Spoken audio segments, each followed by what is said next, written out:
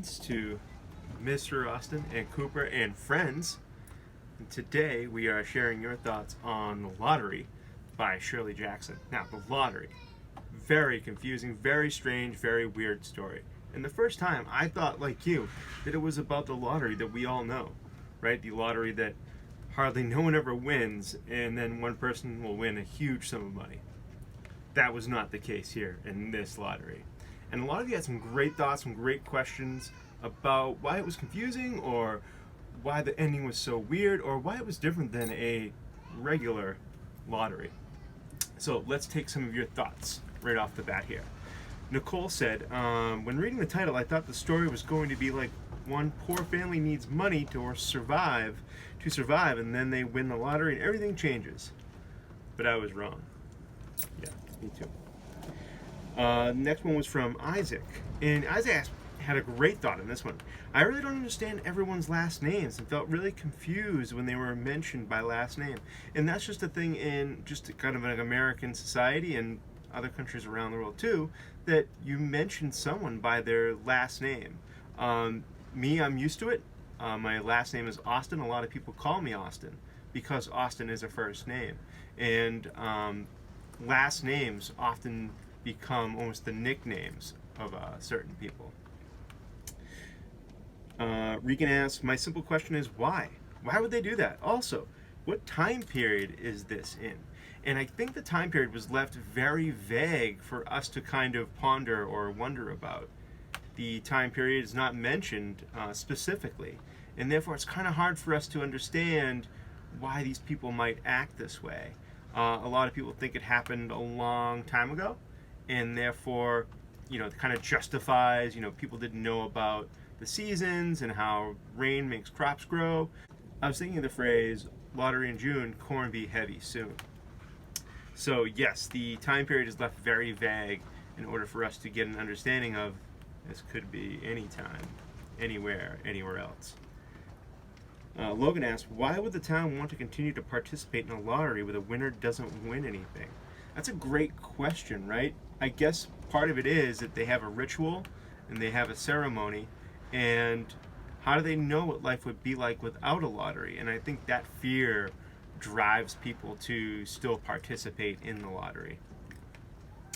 Megan asks, I was confused because you really didn't understand the purpose of the lottery, because for the most part I thought it was either crops or money. All of a sudden it turns out it's to kill someone or something like that. And I think that's part of the idea here is a sacrifice for the crops that will grow come the summer and fall. But the people haven't experienced a life without the lottery, so therefore how they know if the lottery or hurting someone wouldn't work. So that part is left out there as well for you to kind of guess. Gavin had a great one. It's a nice story and entertaining. I couldn't stop myself from reading it. It's a nice story, and that's why it's so long.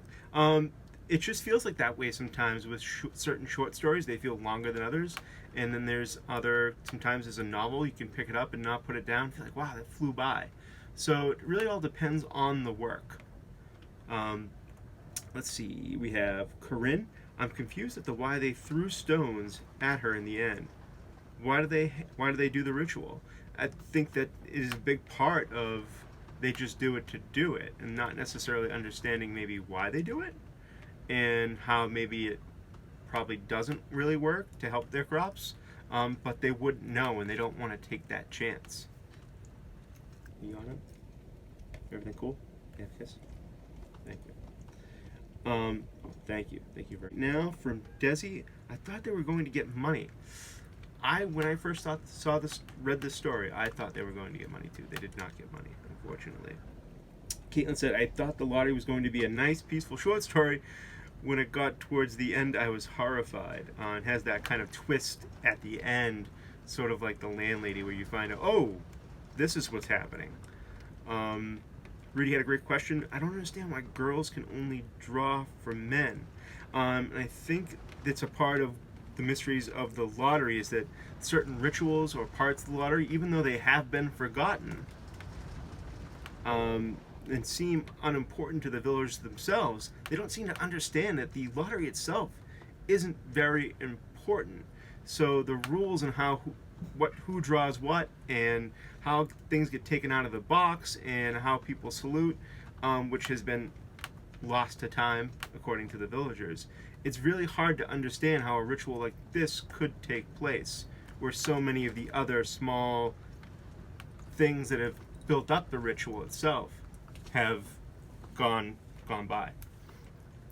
Nathan asks, I think the lottery was a very great inspirational story. In fact, a lot of people have gained inspiration from Shirley Jackson's The Lottery. A lot of great horror writers and great short story writers have taken a lot from Shirley Jackson, and especially some elements from The Lottery.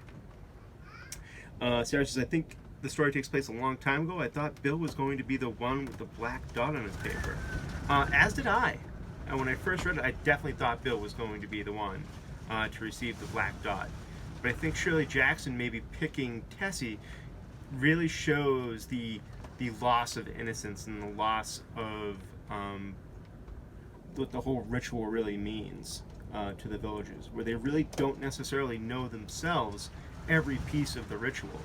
And therefore, like I said, they have a fear of what it would look like, their lives would look like without it, even though they've lost or forgotten different parts of it. It's really hard to reconcile and understand that, but that's what happened in the story. Ryan G, one confusion I have right now is why were there not much people in the village? Like I said, it's a small village, and they say that the lottery takes place in other towns, and other towns might do it different ways. So we're not quite sure. Nothing really is elaborated there. Maddie says, I'm confused as to why the children would join. I am also deeply confused, but I think it's part of everyone has to participate, that type of thing. All right, so let's get to some poems. We've had some more poems shared. As long as you send them in, I'll keep reading them here, and we have enjoyed these poems, haven't we? Haven't we, Cookie? Do you hear my baby? So cute.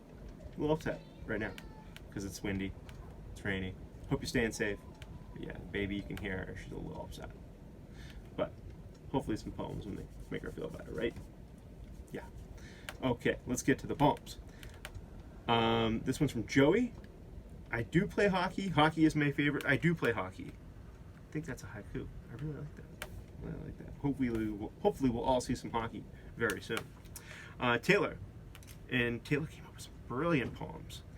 Throw it away, they tell you, but to their demise you peer up in despise. The bananas with the most bruises are the sweetest. Then one more from Taylor. Oh dear child, hasn't anyone told you holding a moth tears away its ability to fly? But I simply can't doth why she wouldn't wish to say goodbye. Love those. Here's one from Lucy. The sun is shining on the outside, but we have no choice but to stay inside. We get bored of nothing to do, so our families get blue. Good rhyming. And this last one from Elvira. It's a acrostic poem, and I really enjoy this. All these awesome words. Encouraging, loving, vast, impeccable, radiant, awesome. And I think that would definitely describe Elvira. Another one from Caitlin. And this one is also an acrostic. So you'll have to put it together yourself at home to kind of think about which letters come first. Quiet all the time, undergoing transformation to insanity, already losing my mind, ran to the store for toilet paper. Are there any cookies left? Netflix? Time to nap again? I'm still watching Netflix, never leaving my home, excited to sleep, and I hope you're getting plenty of sleep, and I hope you're staying safe, and I'm super proud of all that you're doing. So, for me and Koopy, we'll talk to you soon. See you next time. Say bye, Koopy.